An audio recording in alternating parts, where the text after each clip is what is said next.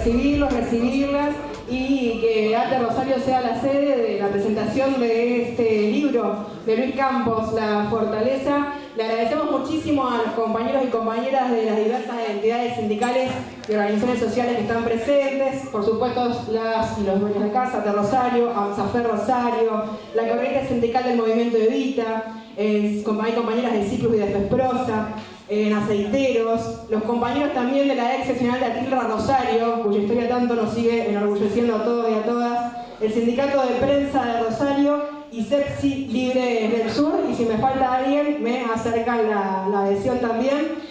Bueno, como decíamos, es para nosotras y nosotros, también desde la CTA Autónoma, un honor que un compañero como Luis Campos venga a presentar y que cada una de las personas de esta mesa también colaboren para ampliar este material que sin duda es fundamental para pensar la actualidad. La fortaleza de los sindicatos fue destacada una y otra vez en la producción académica y en los debates públicos, locales e internacionales. ¿Cuáles son las razones detrás de ella y cuáles sus principales características? ¿Qué formas utilizan los trabajadores y trabajadoras en sus luchas? ¿Cómo explicar los cambios en las últimas décadas de la relación entre el Estado y las organizaciones gremiales? La fortaleza, sindicato, estados y relaciones de fuerza entre 1945 y 2001 aporta elementos para poder responder estas preguntas. Vamos a dar inicio a la charla con la dueña de casa, la secretaria general de ATE y CTA Rosario, Lorena Almirón, que es la primera secretaria general mujer, en el caso de ATE reelecta además, en el caso de la CTA su primer mandato. Me parece importante destacar algunos datos personales de quienes están también aquí. En la misma escuela donde fue alumna, ecónoma, se consolidó como referente territorial y del sector asistentes escolares, feminista, tamborera recientemente y canalla. Sus gestiones al frente de la seccional ya abrieron un nuevo cauce en la historia de la Asociación Trabajadora del Estado, así que Lorena, te damos la palabra.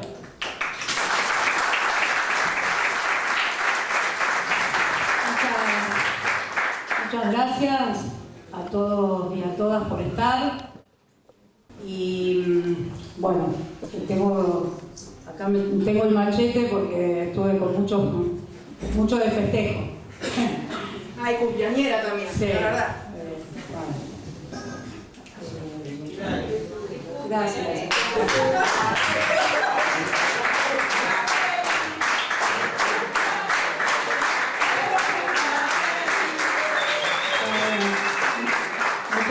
Muchas gracias.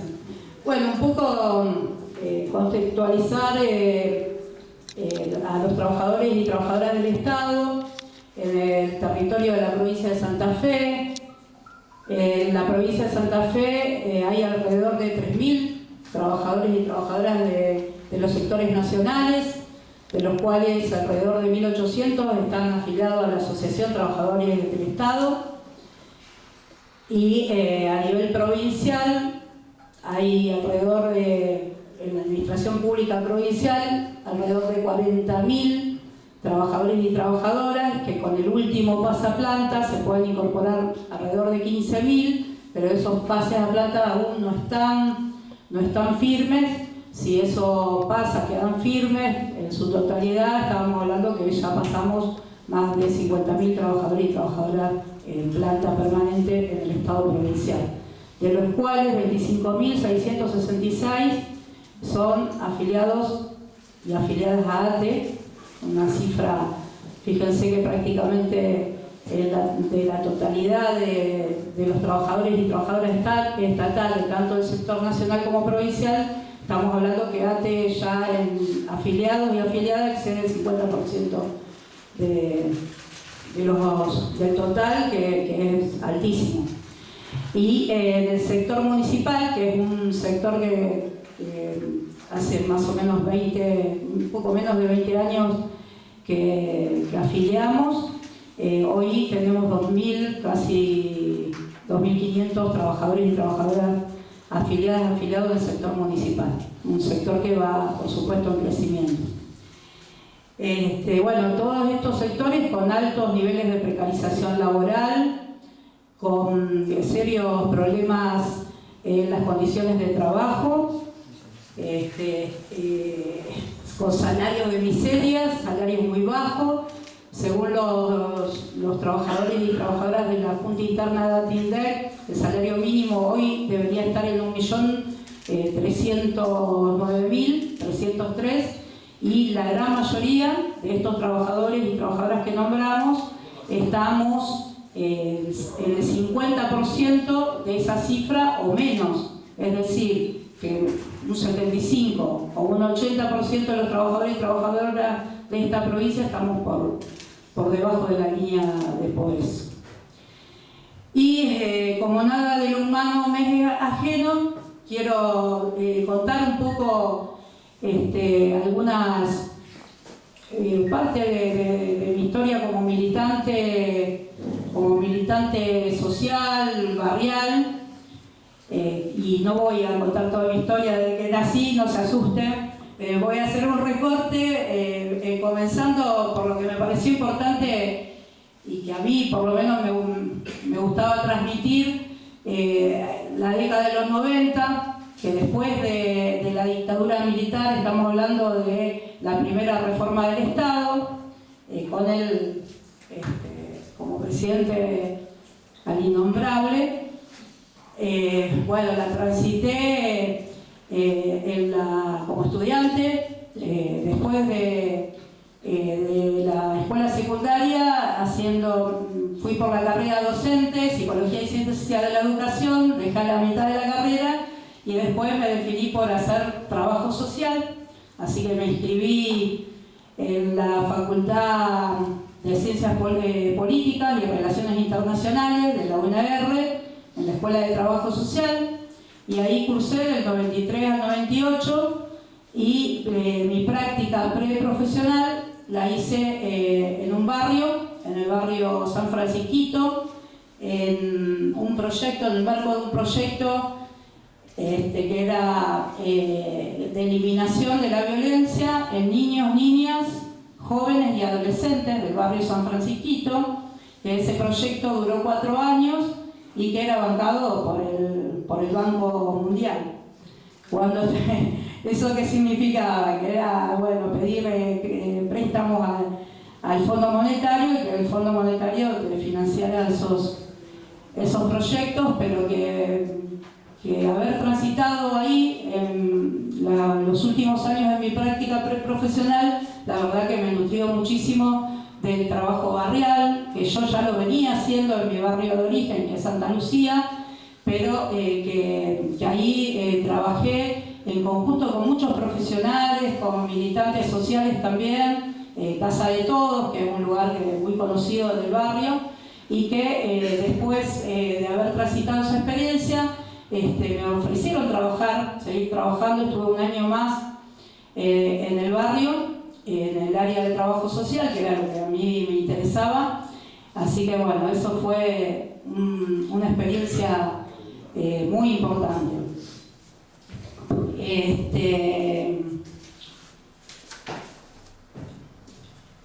Bueno, y también en el año 94 comencé a trabajar, fue mi primer trabajo formal que tuve, que fue directamente como personal del comedor en la Escuela Santa Lucía, que fue la escuela donde hice la primaria, y también fue mi primer trabajo en relación de dependencia, que no era en el Estado todavía, porque la escuela era privada, pero que después se estatizó, así que bueno, hoy es una escuela estatal, y ya antes que fuera estatal habíamos definido estar en el sindicato. Así que ingresé en el 94, con 21 añitos nada más, y este año cumplo 30 años de servicio, así que bueno, transitar todo eso fue una experiencia muy importante.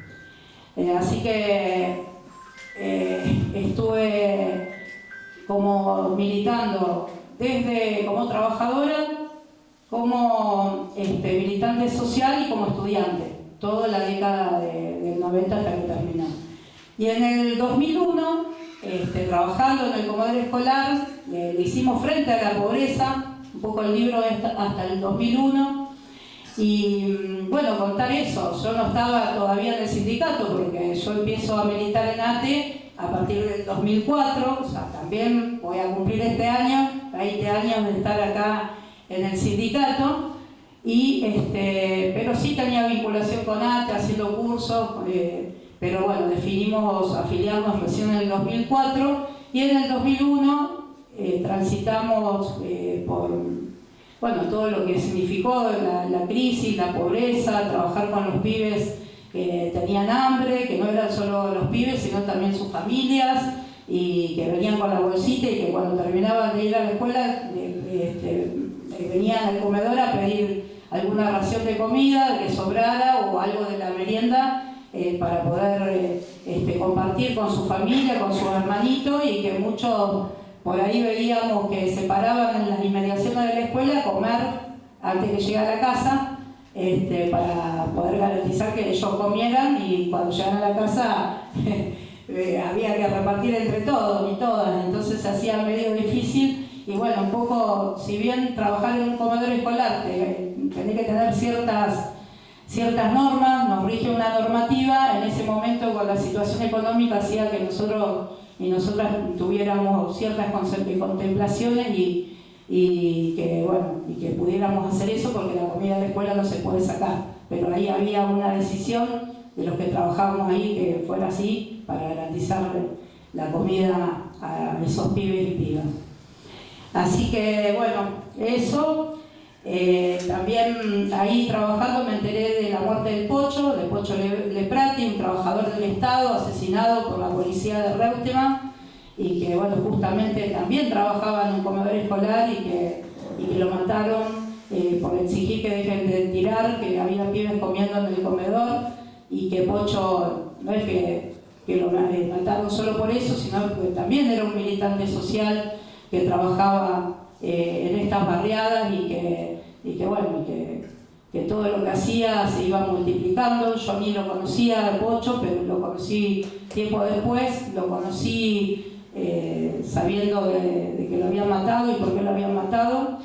Y bueno, recién en el 2004 empezamos a trabajar en ATE con una militancia de base, con mi sector, con asistentes escolares, que es uno de los más precarizados en el Estado provincial, uno de los que menos gana en la administración pública provincial, uno de los sectores más feminizados, realizamos tareas de cuidado y bueno, no son remunerados de la misma manera, y toda esta precarización, estos bajos salarios que tenemos, impactan mucho más en los sectores más feminizados, impactan en las mujeres, en las diversidades, y bueno, justamente son los sectores con los que ATE trabaja puntualmente, y que somos los sectores que menos ganamos. Bueno, el tema de...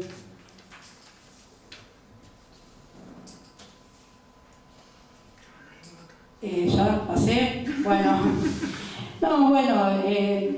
transitar en el Estado, acá la veo a María Rosa Carreño, que es del sector de vías navegables, nuestra secretaria administrativa, y bueno, fue uno de los sectores vaciados de la década de los 90. Bueno, ella siempre cuenta la historia que empezaron muchísimos, miles de trabajadores en ese sector, y termina hoy, creo que María Rosa fue una de las... ¿Cuánto? 12 personas. 12 personas de... 5.000 sobre 5.000 personas. Bueno, y también el vaciamiento, en distintos momentos de la historia, sacar los controles fitosanitarios en el SENASA, que bueno, que era más para favorecer a los grandes grupos, que era para y no para la seguridad y la seguridad alimentaria de la población. Así que bueno, eso fue el deterioro, y tiene que ver también con las políticas que fueron llevando adelante estos gobiernos neoliberales, y bueno, y el gobierno que hoy tenemos, que va avanzando no solamente en privatizaciones, en vaciamientos, sino en despidos. Para tirar un dato así cortito, 19.227 despidos a la fecha en el Estado. Ahí Marco tiraba hoy 256.000 trabajadores y trabajadoras en el sector privado. O sea, hay muchos más en el sector privado que nadie habla de todos esos despidos que en el sector público. Y bueno, nosotros estamos dando una batalla fuertísima y los sindicatos que estamos acá también, y estamos trabajando en conjunto. Es importante lograr la unidad de acción que necesitamos para enfrentar estos tipos de gobierno.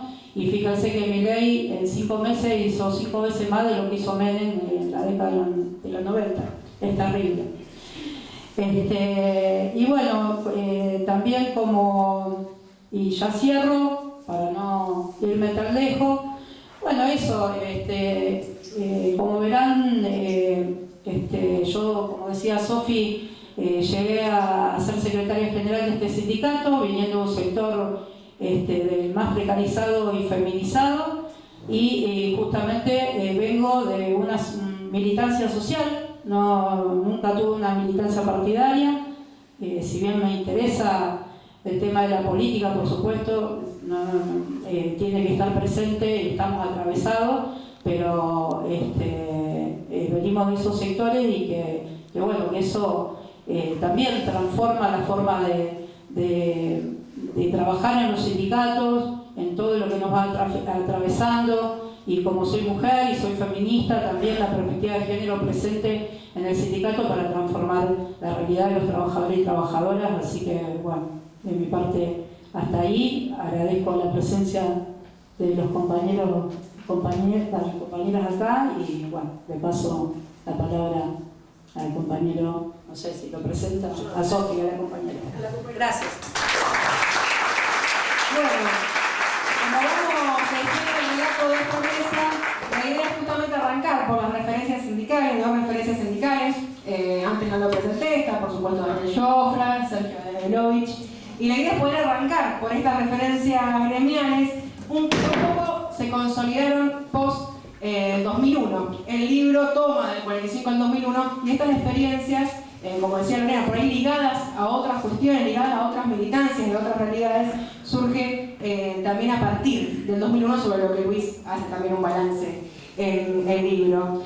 Ahora vamos a escuchar, para también poder pensar cómo se fueron consolidando las direcciones actuales, bajo qué preceptos, con qué ideas, a Daniel Jofra, que es secretario general de la Federación de Trabajadores y Trabajadoras del Complejo Industrial Oleaginoso de Exportadores y Afines de la República Argentina, recientemente muy famoso por su intervención en el documental Cuellos Blancos, Vicentín.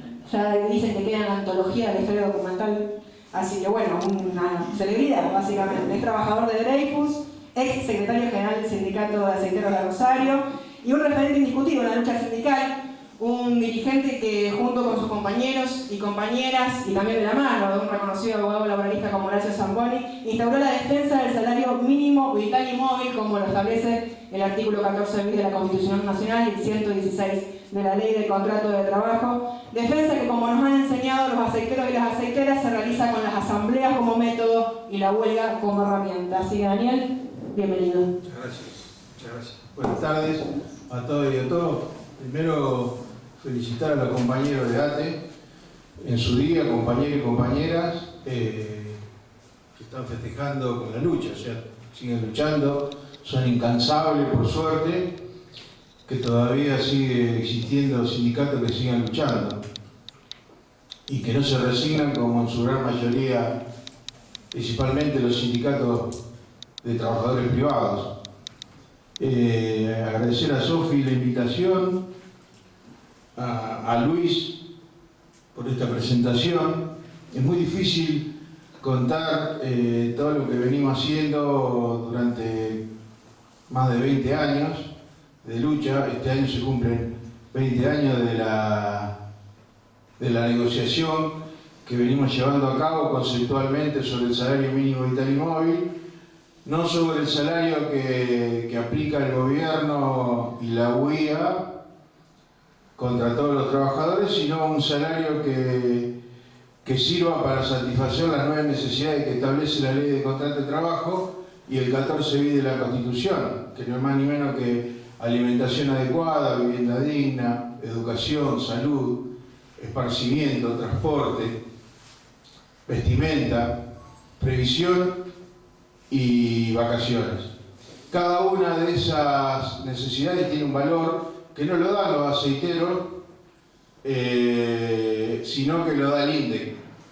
Entonces, lo único lo hace Sergio al estudio, con el mate, en donde nosotros lo único que hacemos es gestionar y luchar por ese salario de hace 20 años.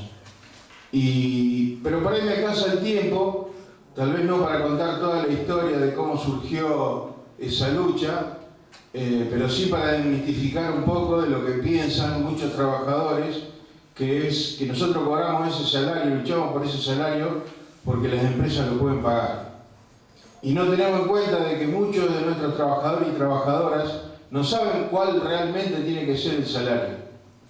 Y recuerdo de que nosotros, la primera charla que dimos, que nosotros teníamos la suerte, como decía Sofía al principio, de tener a Horacio Zamboni como nuestro mentor, como nuestra guía, a sindicalistas que en ese momento estábamos muy verdes, si bien teníamos muchos años de dirigente sindical. Yo fui en el año 93 delegado de los trabajadores de Dreyfus, una empresa en donde el 10% solamente se le aplicaba el convenio aceitero, el resto era empleado de comercio, otros de Urgara y en su gran mayoría contratistas, en donde teníamos muy pocas posibilidades de lucha. Incluso yo por ahí comento y se asombran de que hacíamos las reuniones escondidas para que ningún compañero se vea afectado, porque cualquier compañero que lo vea conmigo lo despedían y ni siquiera podíamos hacer absolutamente nada para defenderlo. Tengo que agradecer obviamente principalmente a los compañeros de ANSAFE, que son mis mentores, me han guiado como dirigente sindical. En ese momento me he formado, participaba de algunas reuniones incluso que organizaban en sus casas. Me acuerdo que hace 20 años participé, era remisero de los compañeros de ANSAFE para llevar que éramos 3 o 4 autos, mientras el aparato tenía 10, 12 taxis para llevar a la gente a votar, y sin embargo los compañeros ganaron a través de muchos años de lucha. Y bueno, decía de que a nosotros nos costó muchísimo tiempo. Seguramente algunos pueden pensar, y si en ese momento me hubiese conocido, de que teníamos mucha tolerancia, mucha paciencia, porque permitíamos determinadas cosas, porque tampoco teníamos fuerza para luchar.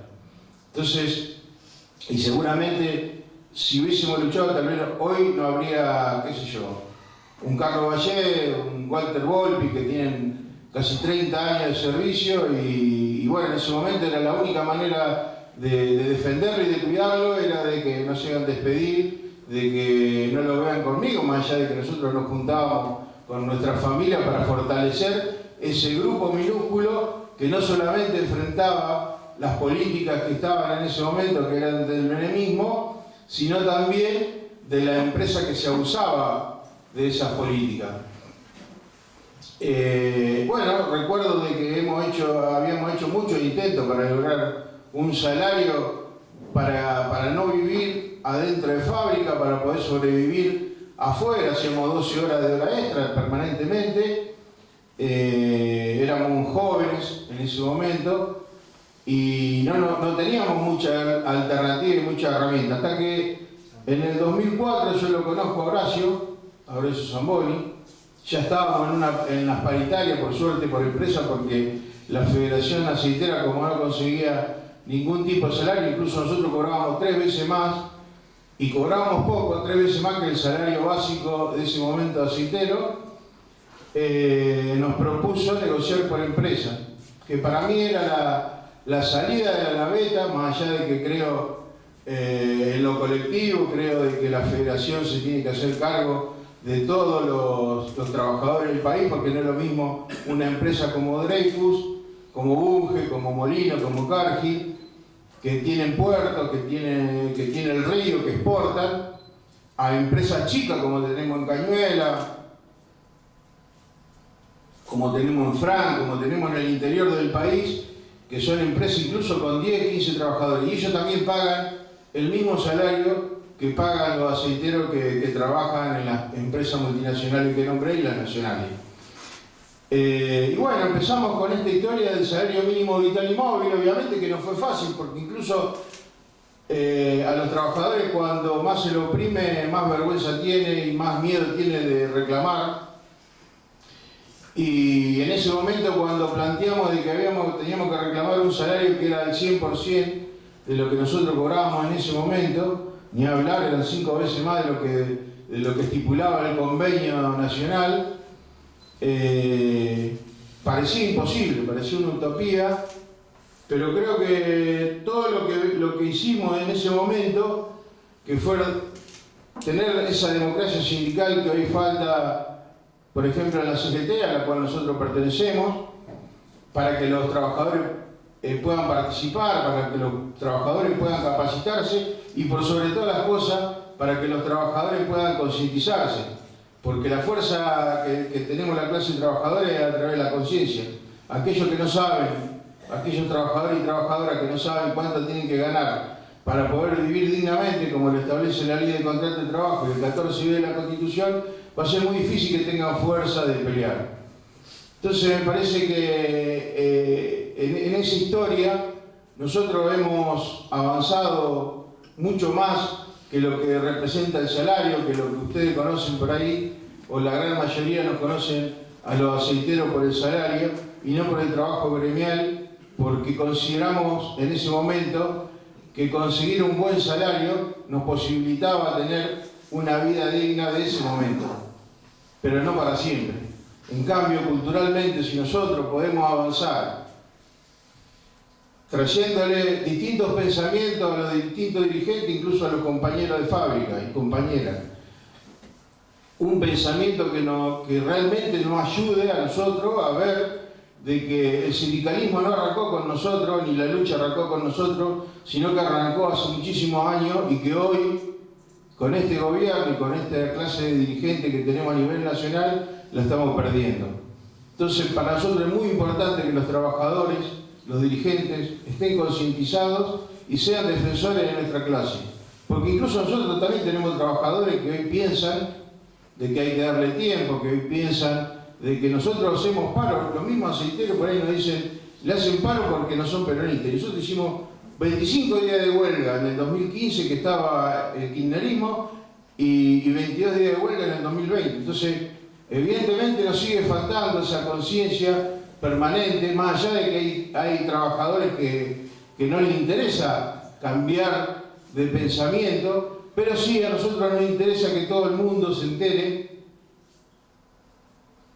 por lo menos la clase trabajadora, que se entere cómo llegamos a este salario, cómo llegamos a tener la organización que tenemos hoy, que no sé si somos el faro o si somos el ejemplo, tampoco nos interesa mucho, nos interesa seguir trabajando, seguir fortaleciendo a nuestra organización y obviamente creemos, estamos convencidos de eso, que el fortalecimiento de la clase trabajadora va a ser mucho más efectivo que pensar en que haya un mesías político que nos salve. Consideramos de que no va a haber ningún partido político que represente los verdaderos intereses de los trabajadores y trabajadoras, y con esto no quiero decir de que es la única palabra y el único pensamiento, sino que lo luchamos día a día para que nuestros dirigentes no se vayan a las organizaciones, nuestros mejores hombres y mujeres no se vayan a las organizaciones políticas y se queden dentro de aceiteros y desmotadores para poder seguir enfrentando no solamente a las patronales, que son el capital, sino también a los gobiernos y a la burocracia sindical, que nos estigmatiza, que le miente a sus trabajadores diciéndole de que nosotros tenemos este salario porque trabajamos en grandes empresas sin siquiera nunca preguntarnos cómo hicimos para llegar a esto. Lo hicimos a través de la lucha, a través de la conciencia. Digo, en esto siempre agradezco a aquellos compañeros, y lo nombro siempre altero porque es el más grande de todo lo que estamos acá adentro, que siempre nos ha guiado, Juan Pablo. Siempre estoy agradecido a ellos particularmente porque me guié mucho de cómo eran ellos. Obviamente que todos tenemos situaciones diferentes, pero nosotros también la pasamos muy mal en ese momento. Nosotros hoy no lidiamos con la opinión pública como les pasa a los compañeros estatales, como les pasa a los compañeros de ANSAFE, a los de la salud, que lidian con la opinión pública, porque hay una batalla permanente cultural que nos quieren hacer creer de que lo culpable de lo que nos pasa es de los trabajadores. Así que, bueno, ojalá que haya sido un aporte. Creo que acá hay mucha gente más capacitada que yo para poder decirlo a ustedes. Hoy estamos de huelga los aceiteros a nivel nacional por el tratamiento de la ley bases.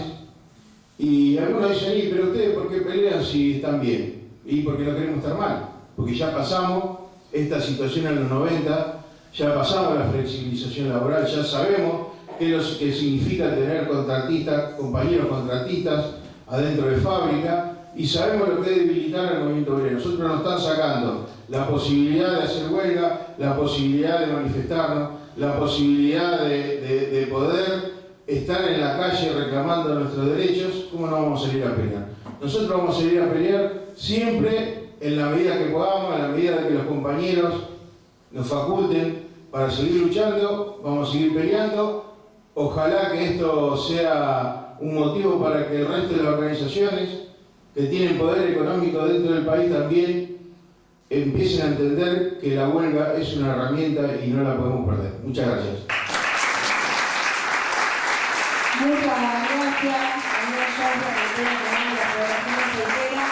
Es importante, como en este día tan complejo, como decía Daniel, el Día de los Trabajadores y Trabajadoras del Estado, el día en el que se está tratando la ley bases, a pocas horas de una intentona golpista en Bolivia, poder sentarnos, poder analizar, poder arrojar esta mirada sobre este trabajo que es un aporte fundamental para el análisis de las transformaciones, de la estructura ocupacional durante el siglo XX, y también para pensar desde la historia cómo seguimos generando y teniendo puentes de la seguridad y organizando a los trabajadores en esta edición de Pinza y de Imago Mundi, que va a estar acá también para la venta para quienes quieran comprarlo.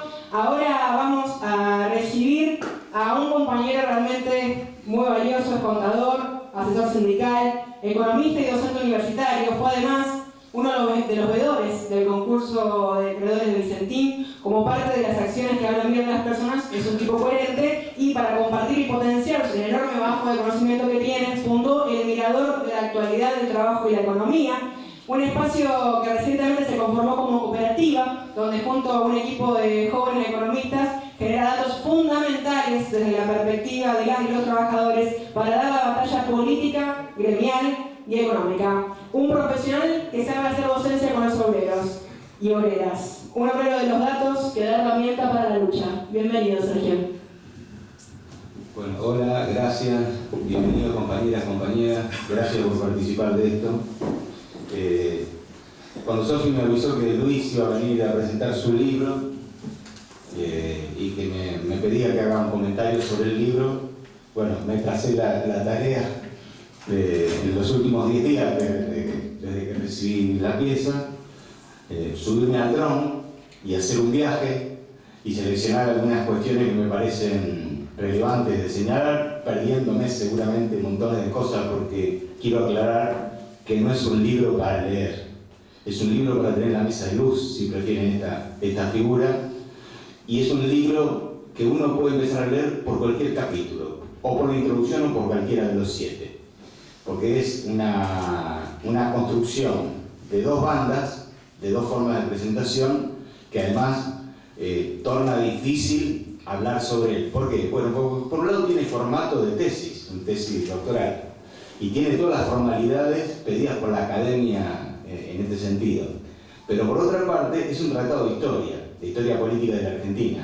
Y es un tratado de historia que, reitero, uno puede agarrar algunos de los capítulos, que en realidad no crean que son 7 capítulos, son muchos más, porque dentro de cada capítulo hay especies de subcapítulos que merecerían discutir, por ejemplo, una tarde entera, temas muy relevantes que plantea Luis. Y yo diría, en primer lugar, como canta el Indio Solari, ¿no? Empiezo por el final, terminaré en el principio, dice una de sus canciones. Porque en la parte de atrás del libro, no en la contratapa, sino en la parte de adentro, dice esto.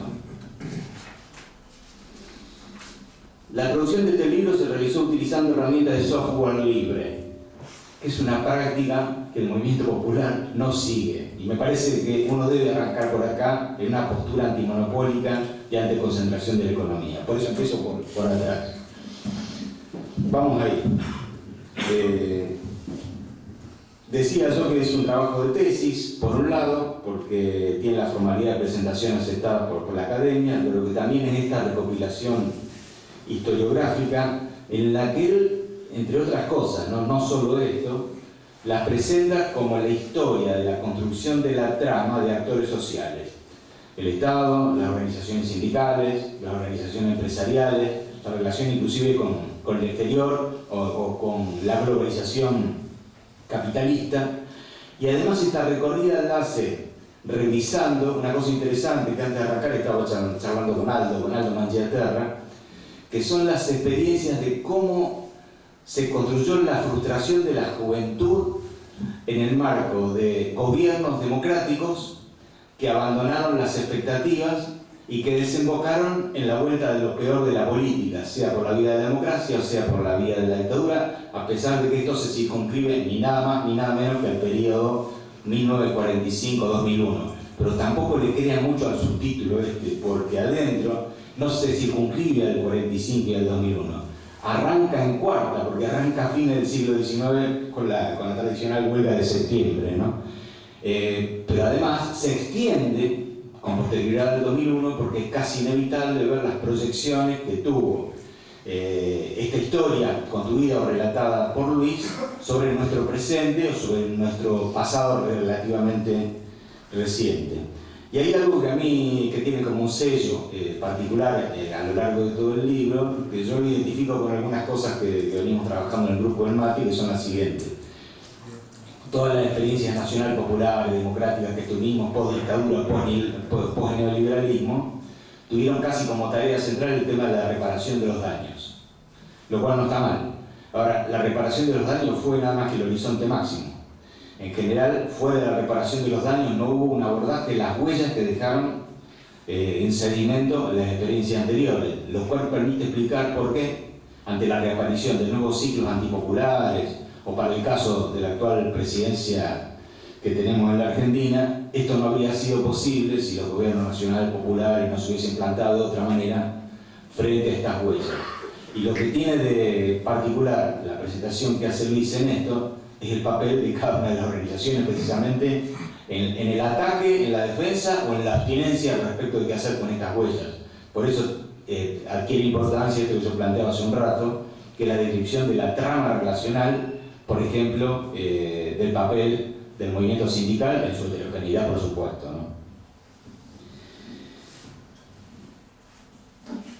Las partes del libro, antes de mirarlo, decía yo que este libro yo lo caracterizo como que empieza en cuarta, ¿no? Porque en primer término revisa la relación entre el Estado y el mundo sindical a finales del siglo XIX, comienza citando, como decía, la huelga de la Unión Tipográfica del 2 de septiembre de 1878, apenas 11 años después de la publicación en inglés del primer tomo del Capital escrito por Marx. Digo, esto también habla mucho de la Argentina, ¿no? El movimiento temprano asociado con lo que fue la influencia de las olas migratorias en la construcción de esa resistencia y una mirada diferente respecto del funcionamiento del sistema mundo en este rinconcito de la Tierra. Yo voy a hacer lo siguiente ahora. Voy a hacer un punteo subjetivo e incompleto, porque obviamente no voy a hablar de todo el libro y para eso voy a tomar las marcas que tengo. Quédate tranquilo, Luis, que no lo voy a comentar todo. La parte introductoria, que es algo así como el marco teórico, y bastante más que el marco teórico, porque aquí hay una construcción del relato historiográfico sobre qué es lo que pasó con la lucha del movimiento obrero y cuáles fueron las dificultades a las cuales se vio enfrentada. Hay una recuperación de una concepción de Gramsci, el italiano, referido al tema de la relación de fuerza. Esto está en la página 16 de la parte preliminar, y dice así: para sortear este obstáculo, Gramsci identifica 3 momentos o grados en la pelea. Habla de las relaciones de fuerza, y habla primero de la relación de fuerzas objetivas, segundo de la relación de fuerzas políticas, y tercero de la relación de fuerzas militares. que hay un abandono general del abordaje de esta triple entrada para permitir explicar el desenvolvimiento del sistema capitalista y sobre todo aquellas limitaciones que hacen posible y que siguen haciendo imposible, no posible, el avance en territorios tan sencillos y tan simples como el que planteaba el Dani respecto al salario mínimo vital y móvil. De paso tomo algunas cosas y después voy a comentar algo de lo que dijo Lorena. Una de las cosas que apareció en el trabajo de Horacio Zamboni con el sindicato de aceiteros Rosario, que después se extendió a la federación, fue el tema de la necesidad de abordar en detalle el comportamiento de las empresas, su balance, que era un territorio prohibido, porque ¿qué derecho tienen los trabajadores para mirar los balances de las empresas? ¿No? Todo el derecho. Y más cuando empezamos a descubrir que parte de esos balances ocultaban un conjunto de tramas que permitían sortear no solamente las obligaciones fiscales y previsionales en el país, sino reorientar las ganancias que tenían y llevárselas afuera. Y por eso Horacio fue a Montevideo una vez, la segunda vez me llevó a mí, fuimos a revisar la guarida fiscal de Montevideo del funcionamiento de una de las empresas que en ese momento pertenecía al Dreyfus. Voy a hacer taxativamente lo de la página 25 de la introducción, que dice así. Ahora bien, dice Luis, 2 puntos, prepárense. La adquisición de fuerza de trabajo por parte de los poseedores de dinero no implica apropiación alguna de trabajo excedente.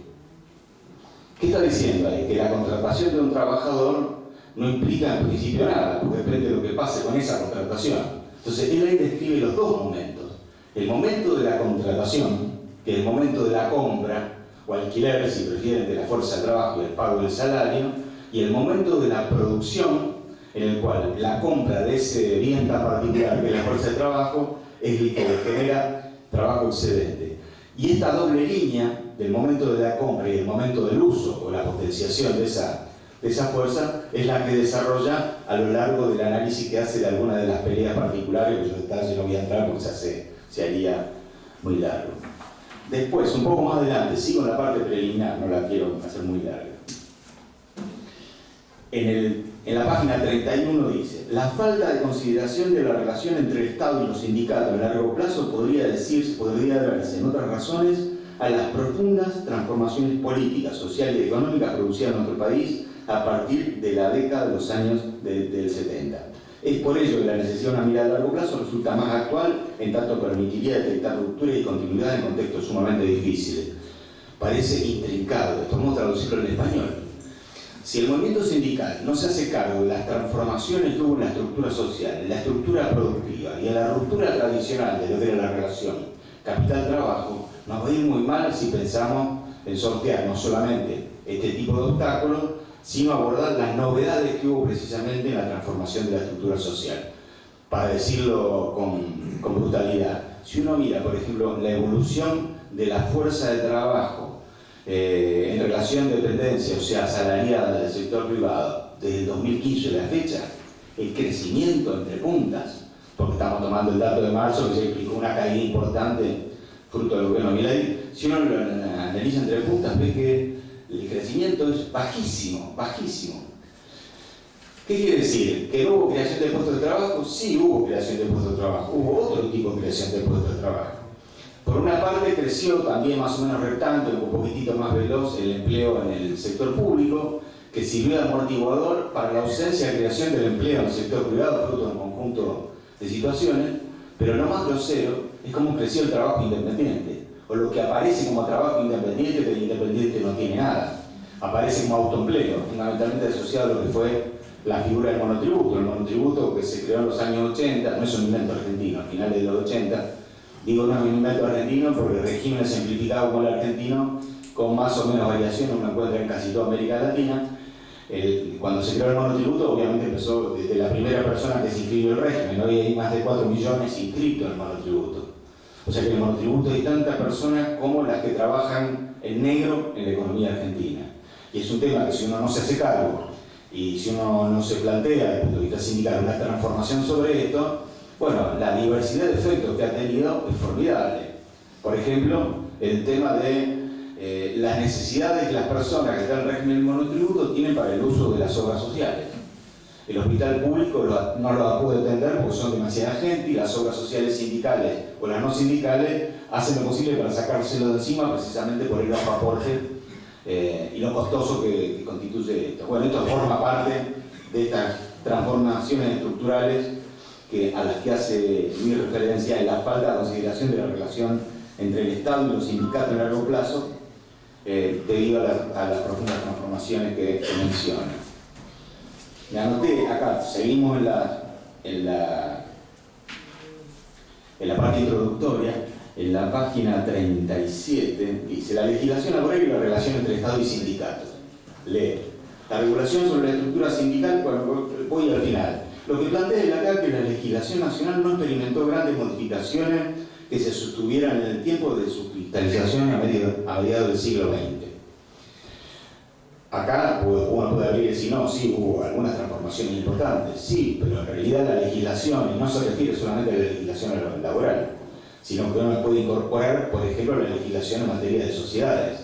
En la Argentina las sociedades comerciales se siguen abriendo en función de una ley dictada por una dictadura en el año 72 que no considera el tema de los grupos económicos ni las guaridas fiscales.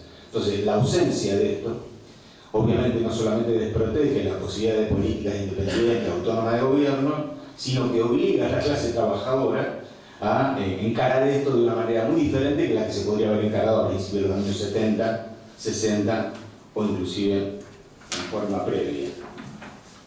Vamos a saltar al primer capítulo, para no parar. El segundo capítulo. El primero uno lo puede leer al final. Yo recomiendo leerlo al final.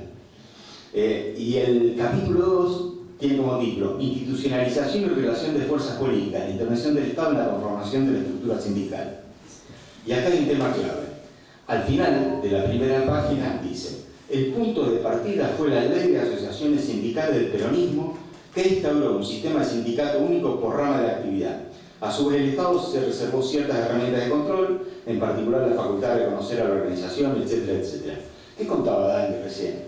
Que cuando en 2004 se retoma la negociación, en el caso de Aceitero, la negociación posible, por la destrucción que se había hecho en materia de negociación por rama de actividad, era a nivel de empresa.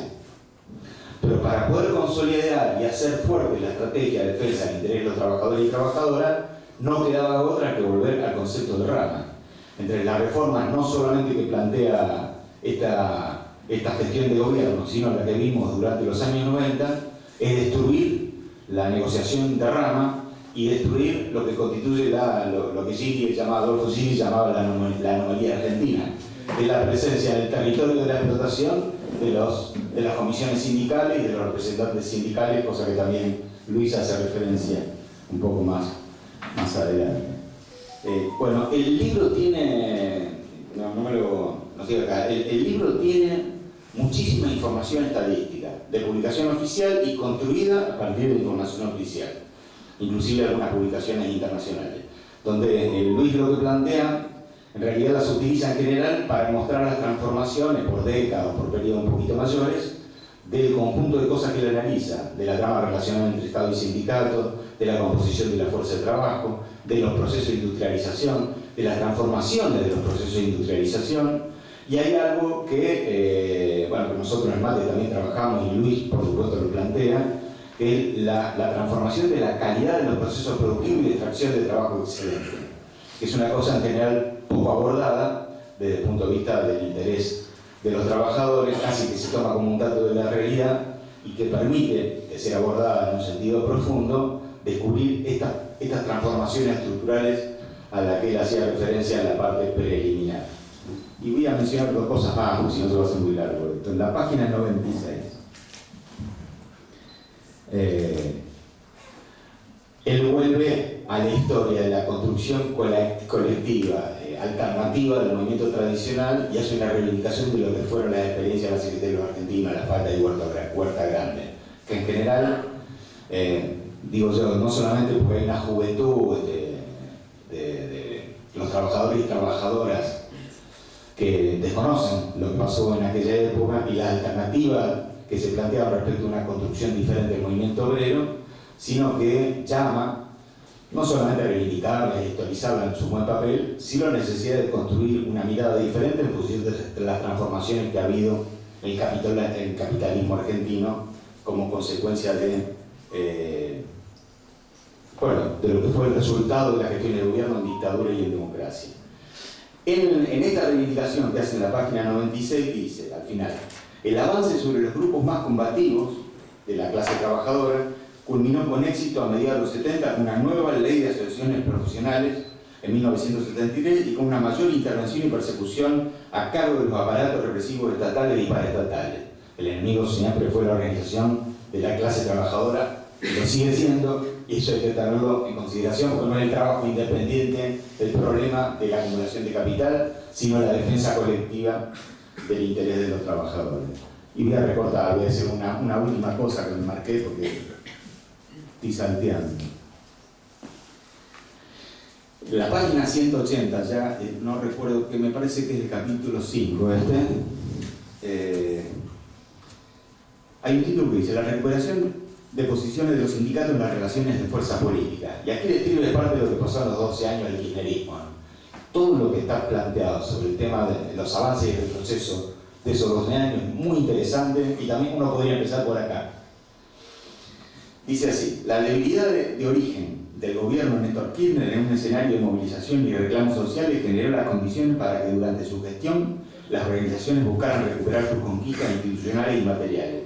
La ley 25877, que es por su nombre no la recuerdan, la ley Banelco, sancionada en marzo del 2004, esta ley es la que derogó la llamada ley Banelco y posibilitó el regreso a un sistema centralizado de negociación colectiva en términos similares a lo de la ley de asociaciones profesionales, que era la 14250, allá lejos y hace tiempo, que es entre las cosas la que está anulada en el decreto del DNU número 70. Bueno, yo no voy a contar mucho más, los invito a leerlo y agradezco todos estos minutos.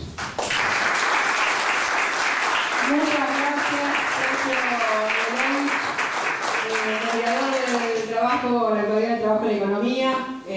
Ojalá todos tuvieran un lector como Sergio, ¿no? Tan profundo, de los libros. Me ahorró un montón. ¿Lo leíste vos tanto el libro como Sergio? Me ahorró muchísimo tiempo. Bueno, ahora vamos a recibirlo a él, al autor del libro, Luis Campos, investigador del Instituto de Estudio de Información de la Sede Autónoma, abogado, magíster en Economía Política y doctor en Ciencias Sociales, integrante del Centro de Investigación e Información de la Asociación Judicial Bonaerense, docente de la Universidad Nacional de Lanús, un trabajador estudioso y divulgador de datos esenciales sobre la realidad del mundo del trabajo, un compañero necesario, humilde, que hace esfuerzos denodados siempre para que quienes no entendemos nada de economía podamos comprender un poco más cómo nos afecta y cómo nos interpela también. Bienvenidos y muchas gracias por estar acá, Luis. Bueno, gracias a todos, a todas. Es un placer, gracias Sofi por toda la movida, Lore por la bienvenida en la casa, los compañeros de arte de la CTA por estar acá, Daniel, Sergio, para mí es un honor estar sentado acá y estar compartiendo con muchos compañeros y compañeras el producto de muchos años de trabajo. Y ahí adelanto con algunas cositas que me anoté. Sergio me ahorró bastante trabajo, así que voy a ir un poco más a la cocina. La Fortaleza es un libro de historia. Y como todo libro de historia, uno en realidad trata de hacerle preguntas para enfrentar los desafíos del presente. Ahora, en tanto el libro de historia tiene algunas cuestiones que está bueno compartir y que no están en el texto. Decía Sergio, es mentiroso el subtítulo, 1945-2001, y efectivamente, eso es cierto, es mentiroso el subtítulo. Podríamos haber puesto un título más anchero desde lo comercial.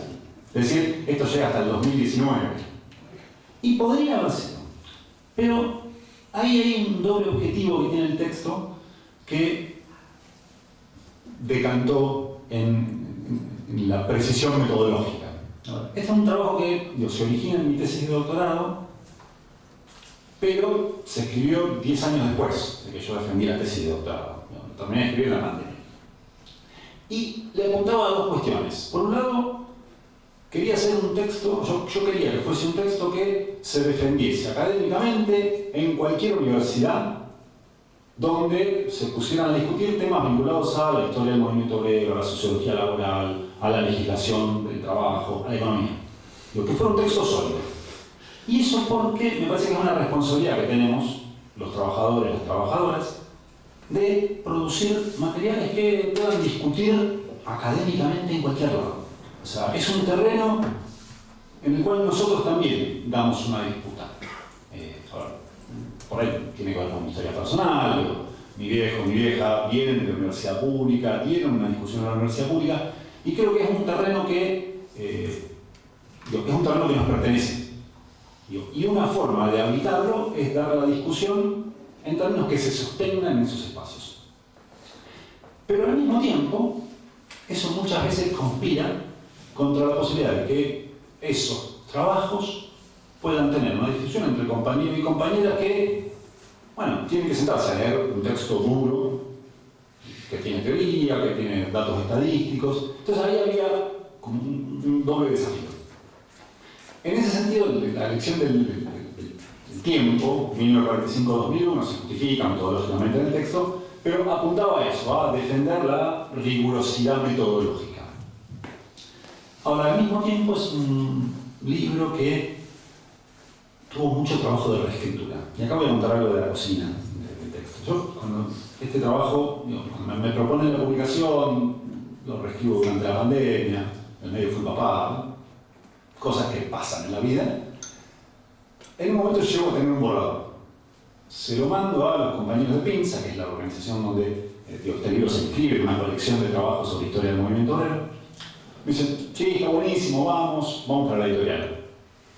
En ese interín, mi compañera, que viene del palo de la comunicación, me dice, ¿querés que le pegue una mirada? Erró. Bueno, para empezar, el título original del libro era Sindicatos, Estado y Relaciones de Fuerza Argentina 1945-2001. Respuesta de mi compañera, ese título es horrible. No lo va a leer nadie. Las personas que te quieren con suerte y algunos alrededor. Bueno, sí, me convenció. Y ahí empezamos a pelotear con las compañeras del observatorio de la CTA, donde esta pregunta de, bueno, a ver, ¿vos qué querés explicar con el libro? Y yo quiero meterme sobre las razones que explican la fortaleza de los sindicatos en Argentina. La fortaleza y la debilidad, porque uno no es solo la fortaleza, es una fortaleza que está bajo ataque. Hoy, más que nunca, hoy esa fortaleza está bajo ataque. Y entonces se tiene que llamar la fortaleza. Porque además la fortaleza es un lugar. No es solo la fuerza. Es un lugar donde nos construimos, donde nos encontramos, pero también es un lugar donde nos defendemos, donde nos refugiamos. Y las organizaciones sindicales tienen algo de eso. Tienen algo de fortaleza, tanto de fuerza, de salir a pelear, pero también un lugar donde nos encontramos, donde nos refugiamos, donde hacemos vínculos, donde hacemos amigos, hacemos familia, donde el patrón no entra. O por lo menos, donde deberíamos tratar de que el patrón no entre. Porque son nuestras, los sindicatos son nuestros, son nuestro lugar como clase, como trabajadores y trabajadoras. Entonces, ahí la idea de la fortaleza hizo carne. Y la otra cuestión es, yo les decía, mi compañera me dijo, ¿querés que le pegue una mirada? Le pegó una mirada. 4 meses de trabajo, de reescritura. Entonces, el reconocimiento a Laura, que en este momento además está haciendo tareas de cuidado para posibilitar que yo esté acá, y además le redujo un 25% en páginas. ¿Y eso para qué? Para tratar de lograr ese segundo objetivo, que para mí, les diría, está a la altura del primero, que es que sea un texto que compañeros, compañeras, que tengan alguna algún acercamiento a la actividad sindical, al mundo de la militancia sindical, y que estén dispuestos a sentarse a leer un texto duro, porque no deja de ser un texto duro. Bueno, puedan sentarse, puedan leerlo, como dice Sergio, puedan tenerlo ahí en la mesita de luz, para mí ese es el mejor elogio, hermoso. Ojearlo, y que lo puedan ojear y sentirse representados, decir, esta es mi historia. Y no porque sea mi historia, me parece que ahí está buenísimo, cuando lo charlábamos con Sofi, que está en Lorena y Daniel, porque este libro no refleja necesariamente la historia de Lorena y Daniel, y no refleja necesariamente la historia de muchos y muchas de los que estamos acá. por cuestiones generacionales. Pero sí es nuestra historia en tanto la historia de la clase. Sí, es la historia de Lorena, la historia de Daniel, la historia mía, la historia de todos los que estamos acá, porque es la historia de nuestra clase. E intenta estar contado desde ese punto de vista. Entonces, esa era parte del desafío de la cocina del texto, que bueno, no lo van a haber explicitado en el texto, aquellos que tengan ganas de leerlo, pero estaba este desafío al inicio. Ahora bien, para meterme en algunas cositas que complementan por ahí lo que decían Lorena, Sergio y Daniel.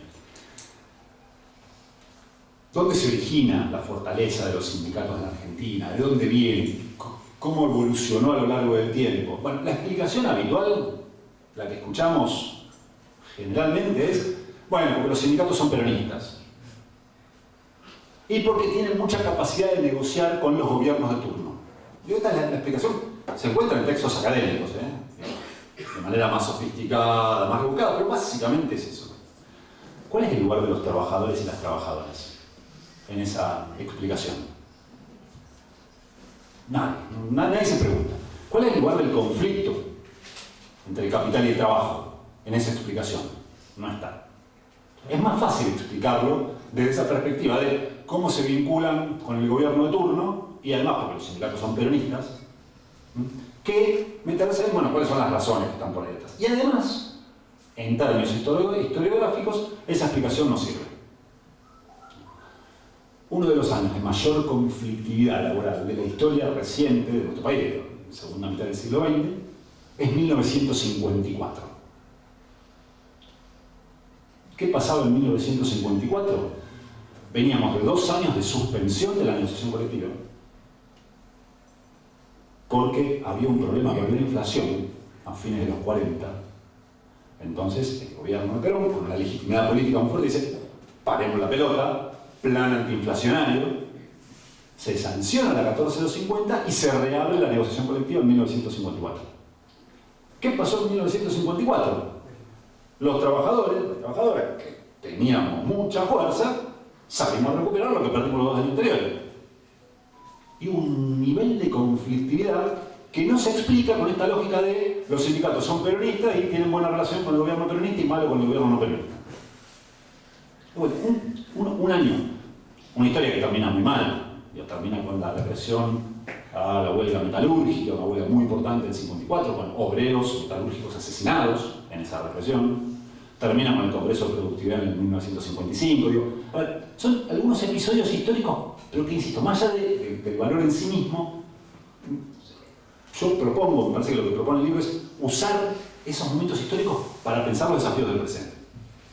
No sirve tampoco para explicar los conflictos, la ola de conflictos en el 74 y en el 75. No sirve para explicar por qué los sindicatos tuvieron una postura en los 90 y otra postura en los 2000. ¿Qué pasó en el medio? De vuelta, esa explicación así como está no sirve. Por eso, volver a Gramsci, volver a la idea de las relaciones de fuerzas, volver a ver cómo evolucionaron las relaciones de fuerza y los distintos momentos de las relaciones de fuerza. Sergio citaba estos 3 momentos de los cuales habla Gramsci, las relaciones de fuerza objetiva, que muchas veces aparecen como un dato de contexto. ¿Qué son las relaciones de fuerza objetivas? Bueno, a ver, ¿cuántos trabajadores y trabajadoras hay? ¿Dónde están ubicados? ¿En qué industrias? ¿En qué servicios? A ver, muchas que están acá tienen responsabilidades sindicales. Les pregunto a ustedes, si tienen 10.000 afiliados en su sindicato, ¿es lo mismo organizarlos si están en 1.000 establecimientos de 10 trabajadores cada uno, que si están en 2 establecimientos de 5.000 trabajadores cada uno? Bueno, eso es relación de fuerza objetiva. No depende de la voluntad. Depende, es algo con lo que yo me encuentro, que puede venir construido por procesos en los cuales la voluntad tuvo un papel muy importante. Pero hoy yo me encuentro con eso. Entonces, eso no puedes no tenerlo en cuenta. No es lo mismo un mercado de fuerza de trabajo que funciona con tendencia al pleno empleo, con empleo formal, con un salario que es un componente central de la demanda agregada. Estoy hablando de las características que tuvo el mercado de fuerza de trabajo entre mediados de los 40 y mediados de los 70. Con una industria que es el eje, que está creciendo, que está llevando la economía, con un predominio de grandes establecimientos, que en la etapa siguiente, donde la industria pierde o expulsa a trabajadores y trabajadoras, la cantidad de trabajadores, y esto lo relevo un poco en los censos económicos, entre el 74 y el 2004, se pierde la mitad de los trabajadores y trabajadoras en la industria manufacturera. Esto, para los sindicatos de ese ámbito, que eran los que habían liderado gran parte de los conflictos en la etapa previa, condiciones objetivas, no les diría imposibles para la acción sindical, pero muy difíciles. Ahora, con las condiciones objetivas no alcanza. Y esto un poco me parece que la experiencia que retoma Daniel de aceiteros es claro. Les dicen todo el tiempo los aceiteros, ustedes pueden porque las empresas pueden pagar. Sí, eso es cierto. Eso es condiciones objetivas. Digo, no es lo mismo estar en un sector que tiene, en términos generales, mayores márgenes de ganancia que estar en un sector que no tiene alto nivel de ganancia. No es lo mismo. Más allá de, como decía Daniel, sí, tampoco todas las empresas tienen alto nivel de ganancia y nosotros peleamos igual por el salario. Ahora, eso es condiciones objetivas. Con eso solo no te alcanza. Si no, habrían ganado ese salario desde mucho antes de que estuvieran los compañeros. También hace falta condiciones subjetivas.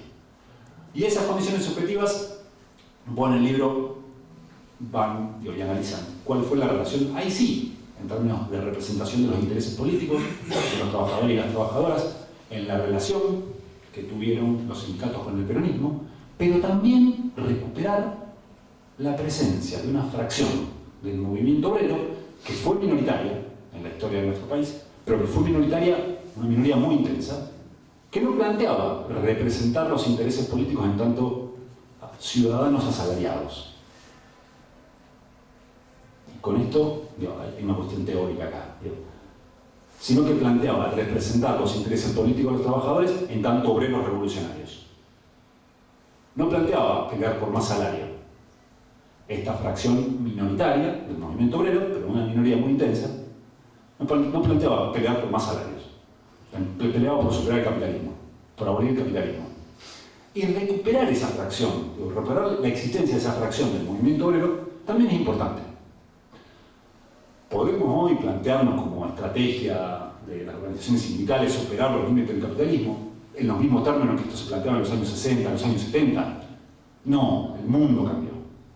Pero parte de la historia oficial apunta a eliminar eso, a ocultar eso. Eso nunca existió. Fueron un par sueltitos. No, para nada. Leemos el programa de Vuelta Grande, La Falda, el de las Seis Teros Argentinos. No eran un grupo de loquitos, era una minoría muy intensa. Entonces, eso también es parte de esas relaciones subjetivas. Y la otra cuestión, la estructura sindical de nuestro país, cómo se conformó esa estructura sindical y de vuelta. Algo que solemos hacer en todos los talleres de formación es preguntarnos y decirnos, bueno, digan 10 nombres de dirigentes sindicales que se les ocurran. Y les puedo asegurar que en todos los talleres que hacemos aparecen los mismos. Posiblemente muchos de los que ustedes están pensando son los 10 que más aparecen en los medios masivos de comunicación.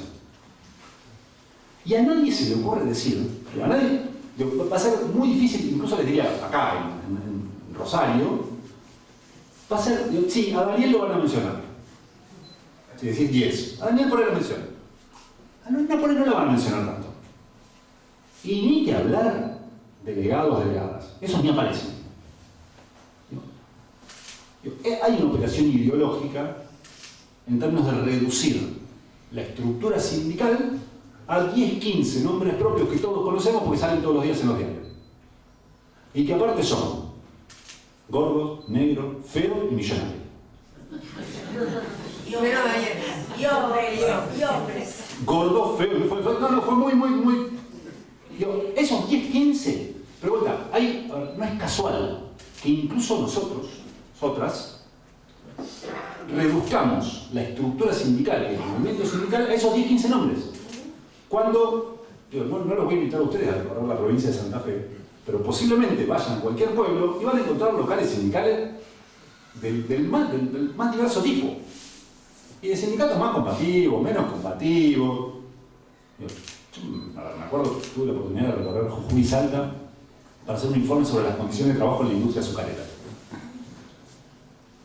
El local sindical era un lugar de reunión del pueblo donde se hacían las fiestas de 15, donde se juntaban a discutir política, hacían un campeonato de fútbol y cada tanto hacían actividades sindicales. Y eso no aparece en los medios masivos de comunicación nacional. Y eso también. Sergio hablaba de la anomalía argentina, los delegados, las comisiones internas. Eso también es parte de esa estructura que está llena de tensiones. No se puede explicar linealmente esa estructura. Esa estructura es más, vamos a decirlo con todas las letras, en muchos momentos de la historia resolvimos los problemas a los tiros dentro de esa estructura. De vuelta, el libro lo que busca no es resolver esas tensiones, sino al contrario, recuperarlas. Esas tensiones son parte de nuestra historia. Y de hecho, y acá sí hay un cambio en las relaciones de fuerzas subjetivas entre la primera etapa, 45-75, y la segunda, 76-2001, que tiene que ver con que la que buscó resolver esas tensiones fue la dictadura militar. A mí me gusta decir que Videla aprendió de Aramburu. ¿Por qué? Porque cuando está el golpe del 55, la política sindical del gobierno militar es descabezar a la cúpula. Remueven a todas las direcciones sindicales y les prohíben presentarse. Estallan los conflictos laborales y el gobierno militar, por más que el ministro de Trabajo era abogado de la UOM, no tenía con quién negociar. Porque no había conducción. A la conducción la habían corrido y venían terceras, cuartas líneas, que después van a ser los que van a liderar los procesos de organización tiempo después. Siempre en el presente se está cocinando lo que va a pasar en el futuro. Daniel decía, yo fui delegado en el 93 en Dreyfus. Lorena decía, yo entré a trabajar en el 94 y hacía mi militancia social en el barrio. Ahí se estaba cocinando esto.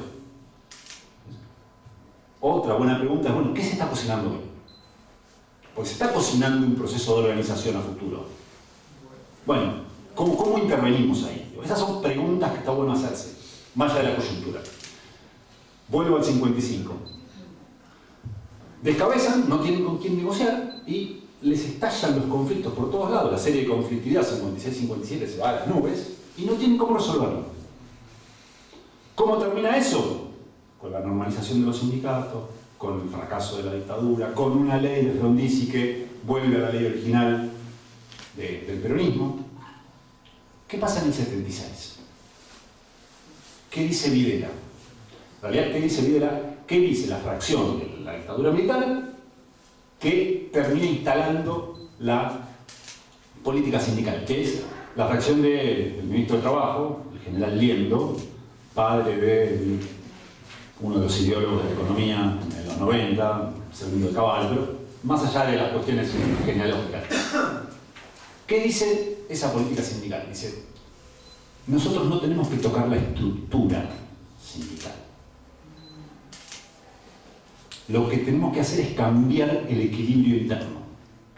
Tenemos que quitarle a esa estructura sindical su base de sustentación. ¿Y cómo se hace eso? Intervengo los sindicatos, meto preso a los dirigentes, hay muchos dirigentes sindicales nacionales que van presos, y extermino a la base. Entonces, esta represión generalizada, indiscriminada de la dictadura, en los lugares de trabajo fue focalizada. No fue a todo el ámbito de la estructura sindical.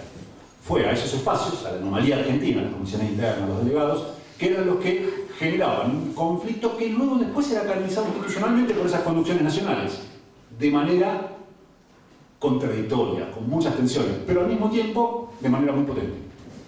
Lo que termina pasando en el 84 es que vos ves la estructura sindical en el 84, la comparás con la del 75, y son muy parecidas, formalmente. Pero adentro tienen cambios fundamentales.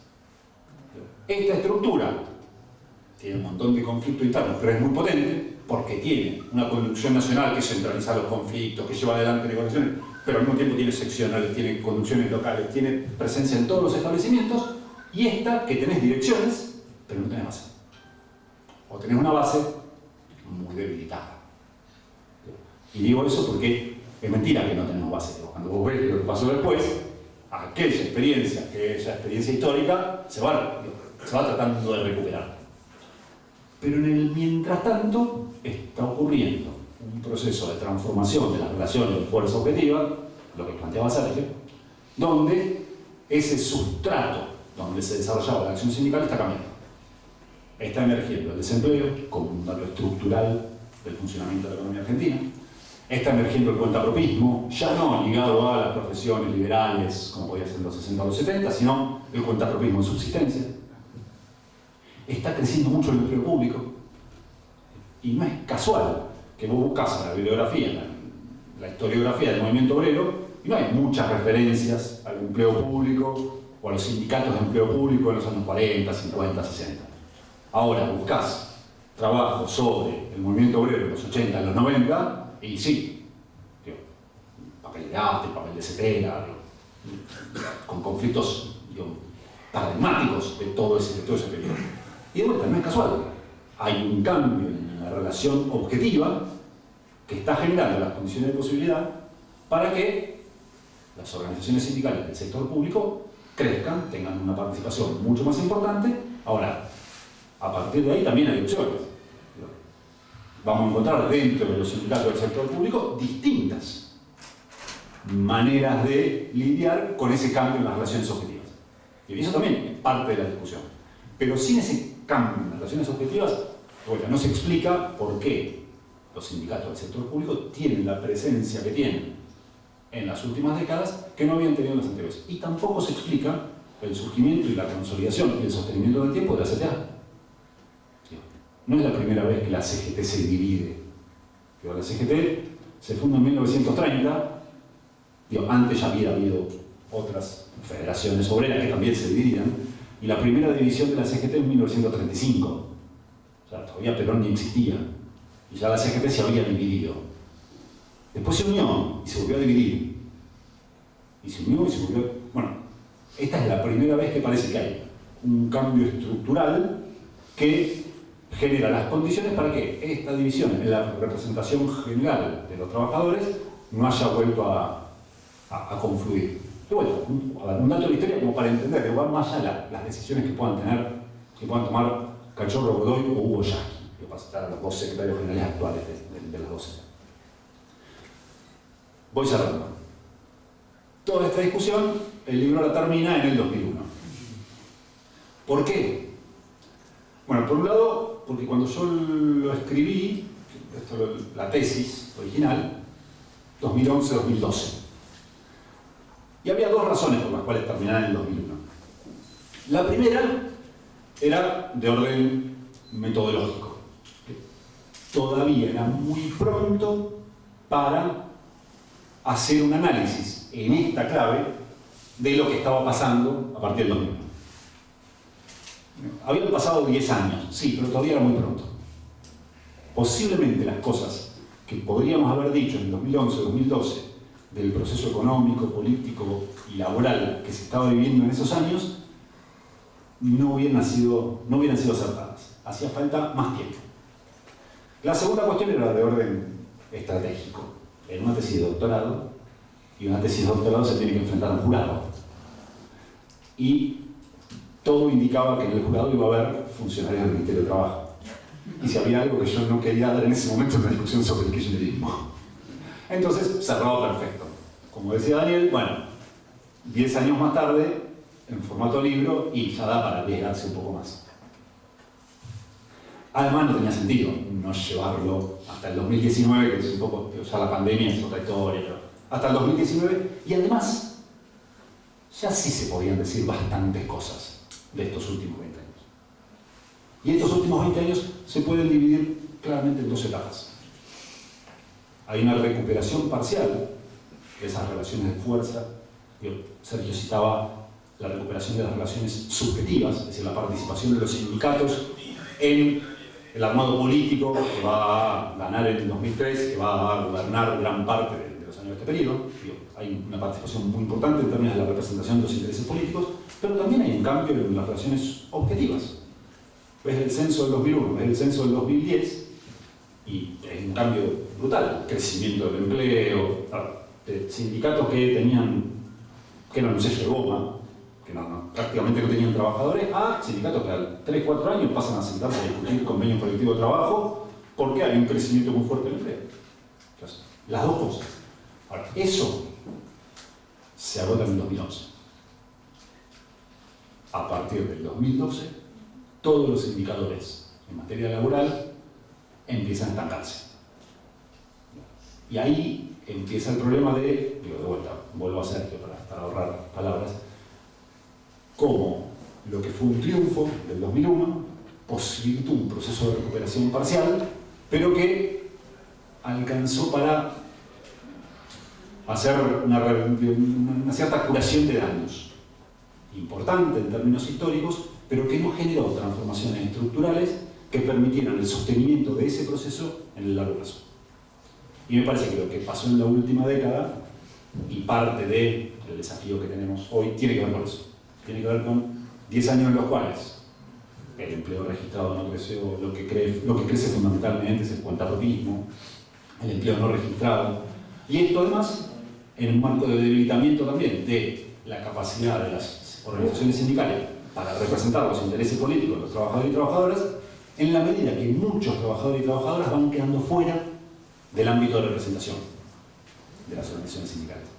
Pero de vuelta, esto es parte en todo caso del debate más general y de las preguntas que tenemos abiertas hoy. Espero que el libro aporte un poco a algunos elementos para pensar, para complejizar, porque en definitiva lo que más importa es ver qué hacemos a partir de ahora. Muchas gracias a todos.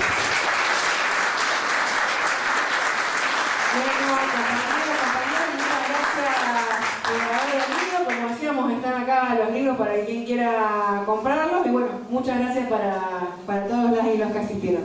Buenas noches.